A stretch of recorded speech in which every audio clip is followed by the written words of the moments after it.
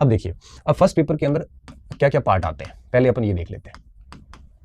प्रश्न पत्र, हाँ ना, इसमें 4 भाग होते हैं। पहला भाग इसमें होता है राजस्थान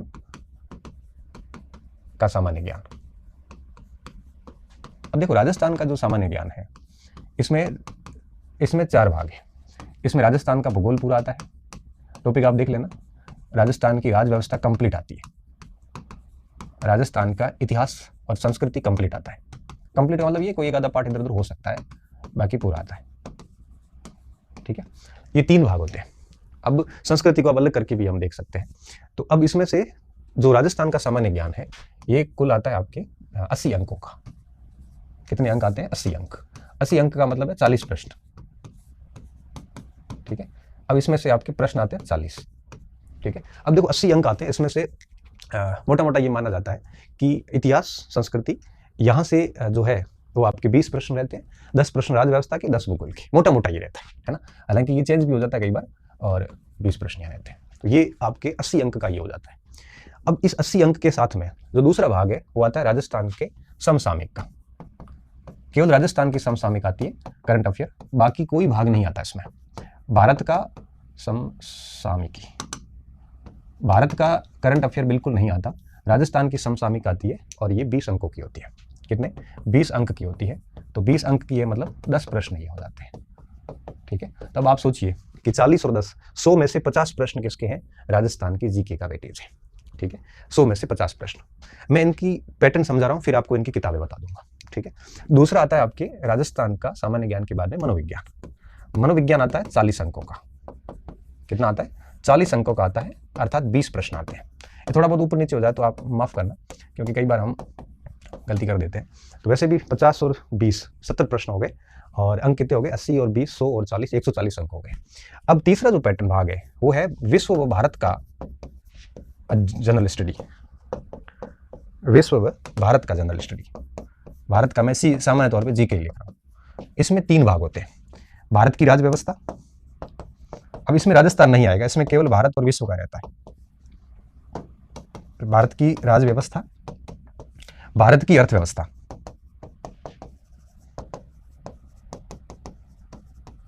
और भारत व विश्व का भूगोल। टॉपिक मेंशन्ड है, आप सिलेबस में आराम से देख लेना, है ना। मैं तो मोटा मोटा आपको बता रहा हूँ, विश्व भूगोल। और ये रहता है टोटल आपके 60 अंकों का। कितने अंक का रहता है? 60 अंक का रहता है, मतलब 30 प्रश्न आते हैं। ठीक है, 30 प्रश्न हो गए। तो देखो 30 और 20 50 और 50 ये टोटल 100 प्रश्न हो गए। अब ये 30 प्रश्न आते हैं, तो अपन मान के चलिए मोटे मोटे कि भारत और विश्व का जो भूगोल है उसमें लगभग 10 प्रश्न, 10 अर्थव्यवस्था के, 10 राज्य व्यवस्था के, ऐसा मान के चलिए। हालांकि इसमें ऊपर नीचे होता रहता है, लेकिन ऑन एन एवरेज आप मान के चलिए 10-10 सवाल इनके आप ऐसे अनुमानित मान के चलिए। कई बार जैसे भारत और विश्व भूगोल में 10 की जगह 12 हो जाते हैं, तो ऊपर नीचे थोड़े बहुत हो जाते हैं। मतलब ये कोई ऐसा बहुत अच्छा क्लासिफिकेशन नहीं है कि नहीं इतने ही आते हैं, कम नीचे भी होते हैं, कम ऊपर भी हो सकते हैं, बट हाँ ये रहता इतना ही है। भारत का और विश्व का जीके 60 अंकों का ही आता है। ठीक है, और मनोविज्ञान 40 का ही आता है, और राजस्थान का सामान्य ज्ञान जो है वो पूरा 100 अंक का होता है, जिसमें 20 अंक करंट अफेयर्स के होते हैं और 80 अंक इनके स्टैटिक जनरल नॉलेज के होते हैं। इस तरह से पेपर डिजाइन किया गया है। तो 100 में से 50% तो राजस्थान ले जाता है, 40% जो है वो आपके मनोविज्ञान ले जाता है, और 60% सॉरी पीछे कितना बचा, 50% ये ले गया, और ये 20% ये ले गया 70, और 30% विश्व और भारत का भूगोल ले जाता है। ठीक है, इस तरह से 100% का पेपर हो जाता है। अब ये तो हो गया पेपर का पैटर्न। अब हम बात करते हैं कि इनके लिए कौन कौन सी पुस्तकें देखनी चाहिए। ठीक है, अब यहाँ पुस्तकें बताने में हमारे लिए बड़ा चैलेंज का विषय है, क्योंकि आज की तारीख में स्थिति ये है कि हर भाग की ऑथेंटिक बुक्स भी आती है, और हर भाग की गाइड भी आती है, कई गाइड आती है। ठीक है, हर एक संस्था ने गाइड्स निकाल रखी है, नाथ ने निकाल रखी है, कलाम ने निकाल रखी है, चैवन प्रकाशन से भी आती है, और भी कई सारे निजी पब्लिशर्स हैं, धिंदवाल की भी आती हैं, और मुझे नाम कुछ याद छूट नहीं जाए, छूट गया तो कहेंगे सर आपने उसका नाम नहीं लिया, आपका उसके साथ में क्या है वो आपका ठीक आंकड़ा नहीं है। देखो मेरा कोई किसी से वित्तीय हित नहीं है, कई बार कोई नाम याद नहीं भी आता, क्योंकि मार्केट में आप भी समझ सकते हो इतने सारे संस्थान आ गए हैं, प्रकाशन आ गए हैं कि भूल जाते हैं, हम भी भूल जाते हैं, और हर दिन कोई न कोई संस्थान आता है। सब अपने अपने प्रयास करते हैं, करनी भी चाहिए, है ना। सब किताबें निकालते हैं तो ठीक है, वो मेहनत करते हैं, ऐसे तो कोई किताब निकलती नहीं है, सबने अपनी अपनी मेहनत उसमें डाली है, और इसलिए हमारे लिए थोड़ा सा एक द्वंद्व की स्थिति भी होती है, और थोड़ी भय डर की स्थिति भी होती है, क्योंकि जब हम किसी अच्छी किताब का नाम बता देते हैं तो बाकी वाले लेखक नाराज हो जाते हैं, और वो लेखक फिर क्या कहते हैं कि ये लोग हमसे जलते हैं इसलिए हमारा नाम नहीं लिया। फिर वो मेरे कोर्स की और उसकी गलत तरीके से पब्लिसिटी स्टार्ट कर देते हैं कि इनका कोर्स कोई काम का नहीं है, इनके कोर्स है उस किताब से पढ़ाया गया वगैरह वगैरह। बहुत सारे आपने सुने होंगे कई बच्चों से, उन्होंने इतना अधिक पढ़ा दिया जितना काम का नहीं है, उन्होंने जो है वो बहुत लिखवाया, इतना कौन लिखता है वगैरह वगैरह। कई सारी कमियां बता दी जाती है, खूबियां वो नहीं बताएं, खूबियां स्टूडेंट बताता है, रिजल्ट बताता है फिर। तो हमारे लिए थोड़ी सी रिस्क का काम है, परंतु आपके करियर से अधिक नहीं है वो। तो हम रिस्क लेंगे और आपको एक एक सारी पुस्तकें सजेस्ट करेंगे, ठीक है। तो अब हम क्या करते हैं, हम पहले राजस्थान के सामान्य ज्ञान पे बात करते हैं, ठीक है। ये कौन सा सोर्स यूज करना चाहिए मेरे अनुसार, ठीक है। मैं आपको एक राजस्थान जी के आपको सिर्फ एक बिंदु कहूँगा कि आप जो है हर बार की एक से अधिक किताब मत रखना बस, है ना। और एक से अधिक किताब रखोगे तो उसका आपको लॉस है। और किताब चेंज भी मत करो, आपके पास जो है वो पढ़ते रहने दो। लेकिन राजस्थान जी के में मैं एक एक की बात करूँ। सबसे पहले मैं बात हूँ जियोग्राफी में, राजस्थान का भूगोल, केवल राजस्थान का ज्योग्राफी आएगा इसमें। देखो नया पुराना कुछ भी नहीं, आप बिल्कुल चिंता ना करें कि ये नया है ये पुराना है, भूगोल वही है, सारा कुछ वही, कुछ भी नया नहीं है, ठीक है। यहाँ कई सारी किताबें आती है। देखो अगर मैं ऑथेंटिक किताबों की बात करूँ, ऑथेंटिक, तो देखो हरिमोहन सक्सेना की आती है जो बिल्कुल अभी हाल फिलहाल अपडेट है नहीं, तो इसको तो मैं अभी सजेस्ट नहीं कर पाऊंगा क्योंकि अपडेट नहीं है। थोड़ा बहुत अपडेट बहुत जरूरी होता है, हाल फिलहाल अपडेट में आई नहीं, और कोई नई अपडेट आई है तो आप देख सकते हो उसको, लेकिन उसमें फैक्चुअली थोड़ा कम है और थोड़ा सा ठीक नहीं रहता, ज़्यादा डिफिकल्ट हो जाती है। फिर आती है गाइड की श्रेणी में। गाइड की श्रेणी में आजकल देखो एक तो नाथ आती है, ठीक है, एक आती है बिंदवाल की, और एक आती है संकल्प की, गंगानगर की, संजय चौधरी, है ना। ये ठीक आती है किताब, मैंने देखी इसको थोड़े दिन पहले, तो मुझे वो ठीक लगी, है ना। संकल्प नाम के कई और फर्जी इंस्टीट्यूट भी है, ये मैं संजय चौधरी की बात कर रहा हूँ, गंगानगर से, ठीक, उनकी किताबें अच्छी है। ये 3 किताबें मुझे ठीक लगी, और बाकी मैंने किताब कोई भी देखी नहीं, सही बता रहा हूँ। 3 किताबें मार्केट में आजकल चल रही है, और अगर कॉलेज लेक्चर में अभी जैसे पेपर आया उसकी मैं परफॉर्मेंस की बात करूँ राजस्थान भूगोल के अंदर, तो कितने 20-22 प्रश्न आए थे टोटल, जिसमें से 18-19 प्रश्न लगभग सभी में आए थे, ठीक है। अब पहली मेरी सलाह ये है, इन तीनों में से आपके पास जो भी एक किताब है वो रखिए, नहीं लाने की जरूरत नहीं है, बिल्कुल नहीं लानी। और मैं बड़े भरोसे के साथ कह सकता हूं कि आपके रूम में इनमें से कोई एक किताब तो होगी ही होगी। ये नहीं है कोई और भी है वो भी चलने दीजिए, ठीक है, नहीं लाने की जरूरत नहीं है, क्योंकि भूगोल के सिंपल प्रश्न आते हैं और आपकी किताब में से हो जाएंगे, और अन्य आप लिख सकते हो। तो जो भी आपके पास है वो रहने दीजिए, आप नई किताब मत लाना, मैं घर के हिसाब से सलाह दे रहा हूं। अगर आप बिल्कुल नए हैं और आपके पास में कोई किताब नहीं है, आज ही तैयारी शुरू कर रहे हैं, आपको लगता है कि मुझे एक किताब लानी है, तो आप मार्केट में ये तीनों किताबें देख लेना, और तीनों की जो भी आपको भाषा पसंद आती है वो आप ले लेना। मैं इतना दावे के साथ कह सकता हूँ, जितने इसमें सवाल आएंगे उतने इसमें आएंगे। अब आपको जो पसंद आती है वो ले लीजिए, ठीक है, आपको जो ठीक लगती है भाषा वो ले लीजिए, तीनों एक जैसी है, ठीक है। और इसमें अंतर करना मेरे लिए बहुत मुश्किल का काम है, क्योंकि देखो नाथ ने जो लिखा है बहुत टू द पॉइंट लिखा है, उसने बहुत एक्स्ट्रा नहीं लिखा, और इन्होंने क्या किया, नाथ ने अपडेटेड भी लिखा है, जो जो चीजें महत्वपूर्ण थी सारी डाल दी, और जो कुछ एक्स्ट्रा था वो सारा हटा दिया, पॉइंट टू पॉइंट लिखा है, तो ये थोड़ी साइज छोटी पड़ेगी, पढ़ने में आसानी रहती है। दिंदवाल ने क्या किया, बहुत एक्स्ट्रा डाल दिया, कुछ जगह इतना एक्स्ट्रा डाल दिया जिसका कोई सेंस भी नहीं है, और प्रमाणिक पुस्तकों में भी उसका स्रोत नहीं मिलता, ठीक है, कुछ ऐसी चीजें डाल दी, कुछ त्रुटियां भी देखने को मिल जाती है। तो इससे तो ज्यादा थोड़ा ये ठीक रहता है नए बच्चे के लिए, और हालांकि दिंदवाल आप पढ़ पा रहे हैं तो ठीक बात है, कोई दिक्कत नहीं। संकल्प वाली जो किताब आती है संजय चौधरी की, उसमें उन्होंने थोड़ा सा संक्षिप्त किया है, नाथ की शैली से लिखी गई है, ठीक है, वो भी किताब अच्छी है। तो आपने जो भी किताब पढ़ रहे हो वो आप पढ़ते रहने दीजिए, क्योंकि इसमें कोई ऐसे प्रश्न नहीं आते खतरनाक वाले कि आपको नई किताब देखनी पड़े, ठीक है। और इसके नोट्स बनाने की भी आवश्यकता नहीं, किताब नोट्स की तरह लिखी गई है सारी, गाइड पढ़ते हैं तो नोट्स की आवश्यकता कब पड़ती है, जब आप डिटेल्ड पुस्तक देखते हैं तो, ठीक है। उसके बाद बात आती है आपकी राजस्थान की राजव्यवस्था, ठीक है, राजव्यवस्था, ये सिर्फ राजस्थान की राजव्यवस्था है। राजस्थान की राजव्यवस्था में भी कई किताबें आती हैं, सही बता रहा हूँ। अभी हाल फिलहाल अगर मैं बताऊं तो मैं वापस वही नाम लूंगा, राहुल चौधरी का, जिसकी किताब मुझे यूं लगता है कि काफी पूर्ण किताब है ना। पूर्ण किताब इसलिए कह रहा हूँ कि 20 एक प्रश्न 10 एक प्रश्न आते हैं तो 7-8 फंसा देता है। इसके अलावा जो भी कई किताबें और भी आती हैं मार्केट में, और नई नई कई सारी किताबें आती, मोस्टली कई किताबें हैं जो सिलेबस को कवर नहीं कर पाती, ये सिलेबस को भी कवर कर लेती हैं, और ठीक ठाक है, एरर भी बहुत कम है, और परीक्षा के पैटर्न पे लिखी गई है, और 80-90% सवाल आराम से इसमें आ जाते हैं, ठीक है। इसके अलावा आपके पास कोई है तो आप वो भी पढ़ सकते हैं, लेकिन मुझे थोड़ा ये किताब ठीक लगती है, ठीक है। उसके बाद में आती राजस्थान का इतिहास संस्कृति। अब देखो इतिहास और संस्कृति की अगर मैं बात करूं तो इतिहास और संस्कृति की हालत क्या है अभी, हालत ये है कि मार्केट में वापस मैं वही बात कर रहा हूं कि नाथ भी आती है और दिंदवाल भी आती है, अच्छा इसमें एक सिखवाल भी आती है ना, तो वो भी आपको ठीक लगे तो वो भी आप रख सकते हो, ऐसा कुछ भी नहीं। नाथ आती है, दिंदवाल आती है और सिखवाल की भी आती है, ठीक है। ये 3 किताबें जो है वो इतिहास और संस्कृति की आती है। अब इन तीनों का मैं थोड़ा थोड़ा बता देता हूँ। नाथ वापस मैं वही कहूँगा कि टू द पॉइंट लिखी गई है, और अभी राजस्थान का जो पेपर हुआ इतिहास का कोले लेक्चर का, उसमें इसका प्रदर्शन ठीक था, मतलब 50 में से लगभग 40 एक सवाल इन्होंने फंसा दिए थे। धिंदवाल की जहाँ तक बात है, इन्होंने बहुत एक्स्ट्रा लिख लिया है, जितना परीक्षक ठीक से बच्चा पढ़ नहीं पाता, तो वो भी ठीक है। सिखवाल एवरग्रीन धिंदवाल की तरह ही एक्स्ट्रा ही लिखता है, कम नहीं लिखता। इसके अलावा भी किसी के पास लक्ष्य होगी, है ना, किसी के पास में पनोरमा होगी, और भी मैं कह रहा हूँ ना, मार्केट में इतनी गाइड्स आ गई है कि हमारे लिए बताना सच में मुश्किल हो गया है। कैसे मुश्किल हो गया? अब जैसे कोई बच्चा पनोरमा पढ़ रहा है, 5 बार पढ़ रखी है, अब हम रणनीति कुछ बताते हैं तो मैं कहता हूँ जैसे आप नाथ ले लो, अब बच्चा कहेगा सर मेरे पास पनोरमा है, क्या मैं पनोरमा छोड़ के नाथ लेके आ जाऊँ? बच्चे बेचारे बड़े बूढ़े होते हैं, ठीक है, वो बड़े कंफ्यूज हो जाते हैं। इसलिए मैं कह रहा हूँ कि आपके पास जो भी किताब है उसी को पढ़िए, है ना, उसी को पढ़िए आप, और कोशिश ये कीजिए कि चेंज मत कीजिए आप। और आपके पास कोई किताब नहीं है तो इनमें से एक आदि देख लो और लेके आ जाओ, और कोशिश यही करो कि छोटी किताबें लो, क्योंकि बड़ी किताबें फिर पढ़ी नहीं जाती। जैसे पनोरमा है तो इतना सारा लिखा है कि व्यक्ति हालत खराब हो जाती है, लक्ष्य इतनी मुझे अपडेट लगी नहीं, सही बता रहा हूँ, ठीक है। सिखवाल काफी रंगीन, धिंदवाल भी ऐसी टाइप ठीक है, और नाथ की किताब तो ठीक है, शॉर्ट में आती है, अच्छी किताबें आती है, और पवन जी ने काफी संक्षिप्त में ठीक लिखा है, ठीक है। तो इन तीनों में से कोई भी आपको ठीक किताब लगती है वो रख लीजिए। अगर आपके पास इसके अलावा कोई और किताब है तो वो भी पढ़ सकते हैं, ठीक है। अच्छा, आप सोचते हो कि इतिहास और संस्कृति की हमें बहुत डिटेल में पढ़ना है, तो संस्कृति का तो डिटेल से पढ़ने की जरूरत नहीं है, आप नाथवाद से देख लेना, ठीक है। इतिहास अगर डिटेल में पढ़ना चाहते हैं तो आप आरपी व्यास को ले सकते हैं, दोनों भाग इसके, है ना, 1818 से लेकर 1947 तक 1 और 2 दोनों पार्ट कवर हो जाते हैं। इससे बढ़िया कोई किताब नहीं है, ये आधुनिक की है। और प्राचीन और मध्यकाल के लिए आप आरपी शर्मा एंड पावा को ले सकते हैं, है ना, शर्मा पावा की अच्छी किताबें, और ये बढ़िया किताबें हैं।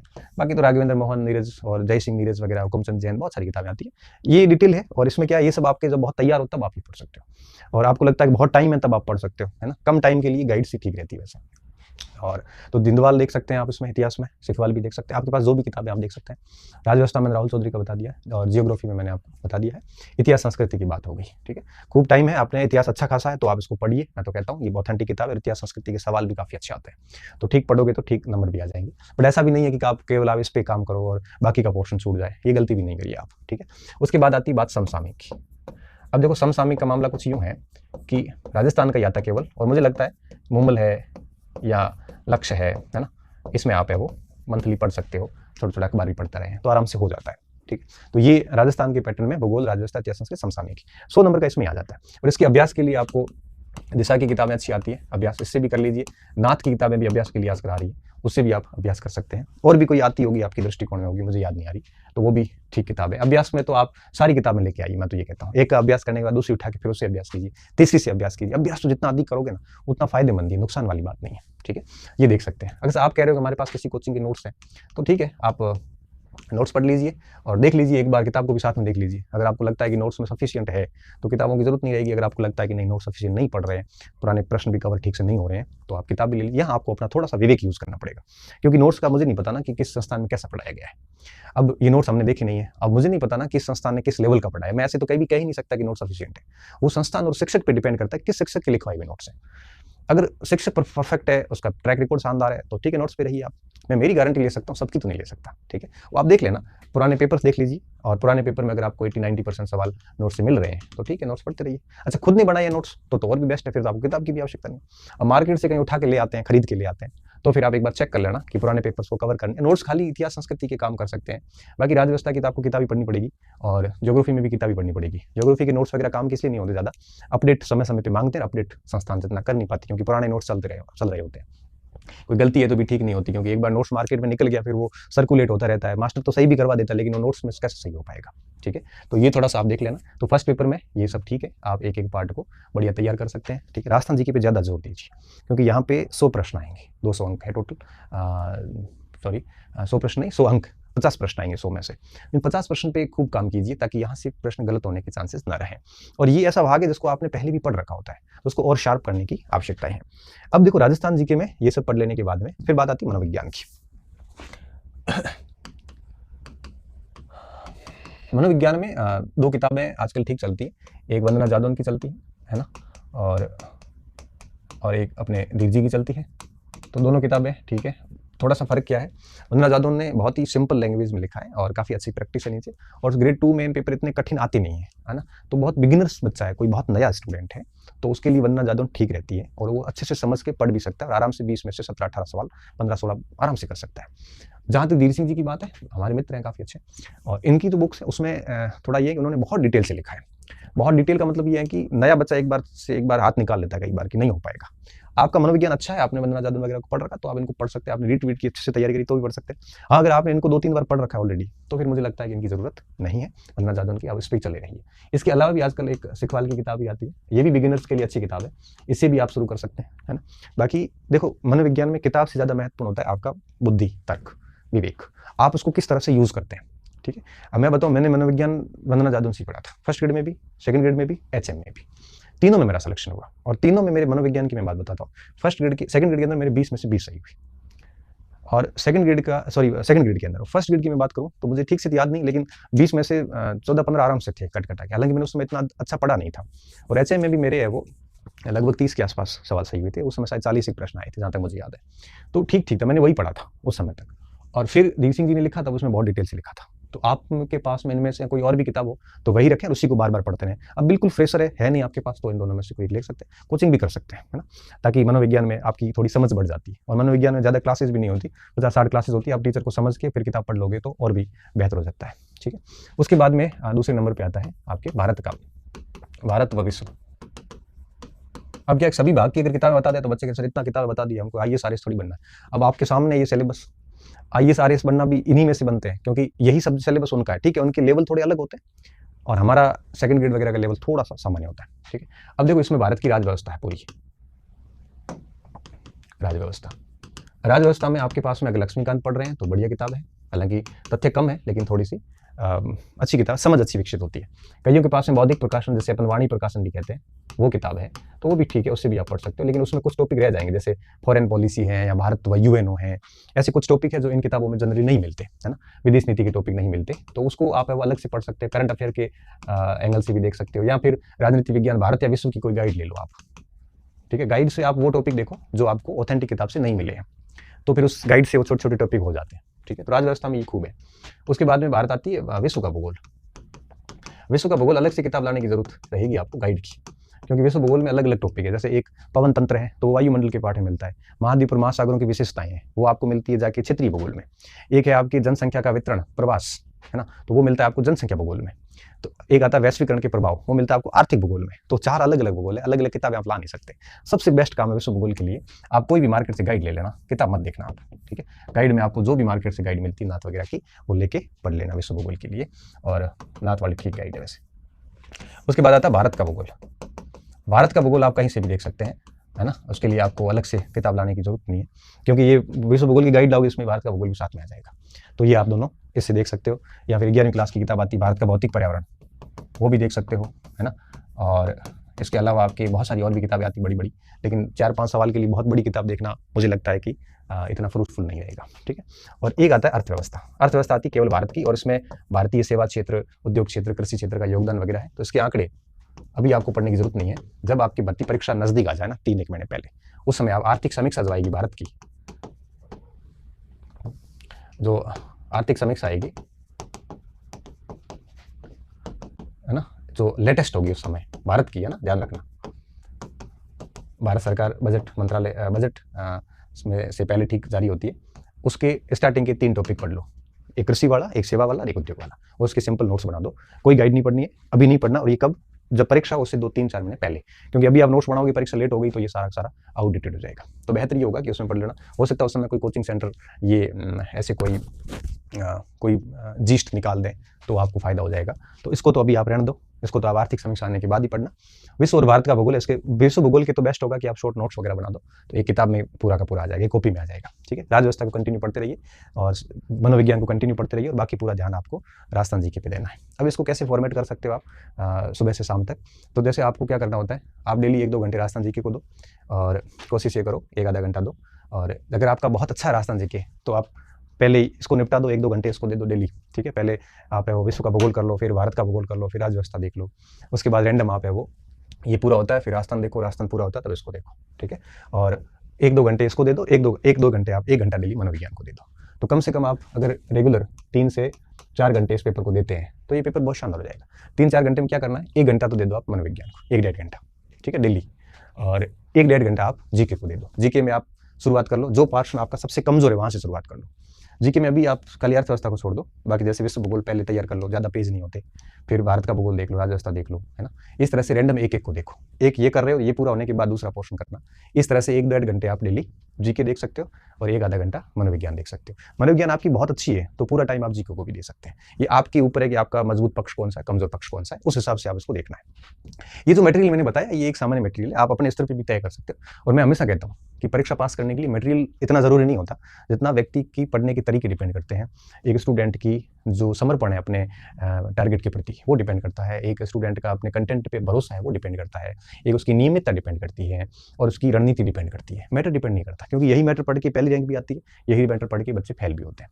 तो मैं कह रहा हूँ कि आपको बहुत स्पष्ट कह रहा हूँ कि इनकी सबकी एक एक सेगमेंट ही आपके पास होना चाहिए, एक एक गाइड होनी चाहिए या किताब होनी चाहिए, बहुत अधिक मत लाना। ठीक है, अब आपने ये कर लिया।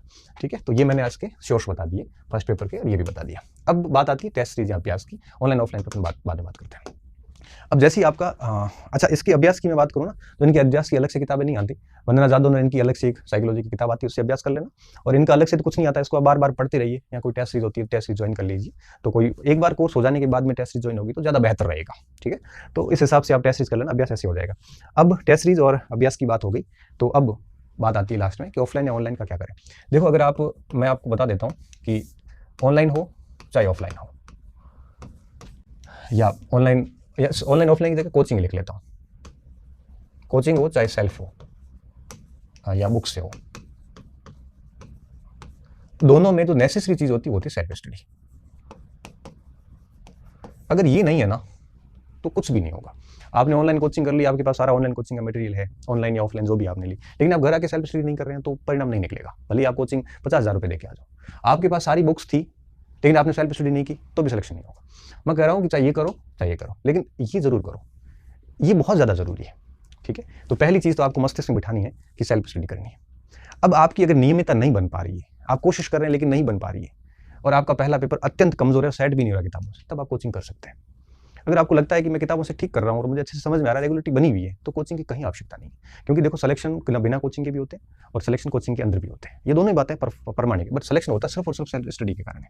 आपकी सफलता में ये माध्यम बन सकते हैं, लेकिन सफलता को बनाने के लिए जरूरी क्या है, वो है सेल्फ स्टडी, ये सबसे ज्यादा जरूरी है। तो कोशिश क्या करनी है आपको, आप ये करो चाहे ये करो, सेल्फ स्टडी जरूर करो, इसके बिना कुछ भी नहीं है। ऑफलाइन और ऑनलाइन, तो ऑनलाइन थोड़ा ठीक रहता है क्योंकि कन्वीनियंट रहता है।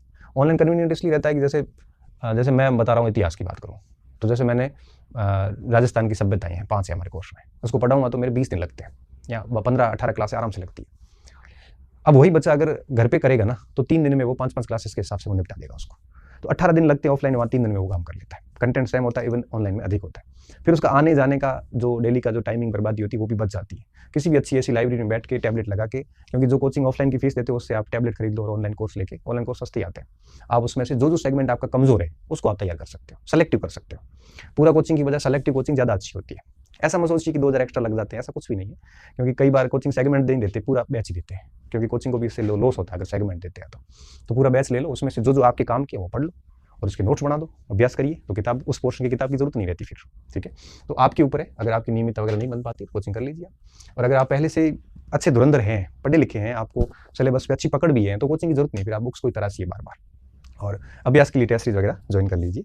अब आप मुझे ये पूछोगे कि सर हमारे पास कोचिंग के सारे नोट्स हैं, तो क्या हम किताबें लाएं कि नहीं लाएं? तो देखो, मैं वापस इस बात के लिए असमर्थ हूँ ये बताने के लिए कि कोचिंग के नोट्स पर्याप्त है कि नहीं, क्योंकि देखो वो टीचर पे डिपेंड करता है, कोचिंग पे भी डिपेंड नहीं करता, शिक्षक कौन सा है। मैं अगर आप मेरी जगह आप मेरे करते हो तो मैं तो कह देता कि भाई पर्याप्त है, आपको कुछ भी देखने की आवश्यकता नहीं, लेकिन मैं दूसरे शिक्षक की गारंटी नहीं ले सकता। आप अपने टीचर पर भरोसा रखिए, आप अपने टीचर के कंटेंट को पुराने पेपर से चेक कीजिए, मिलाइए, लेटेस्ट पेपर आते हैं उससे भी चेक करते रहिए।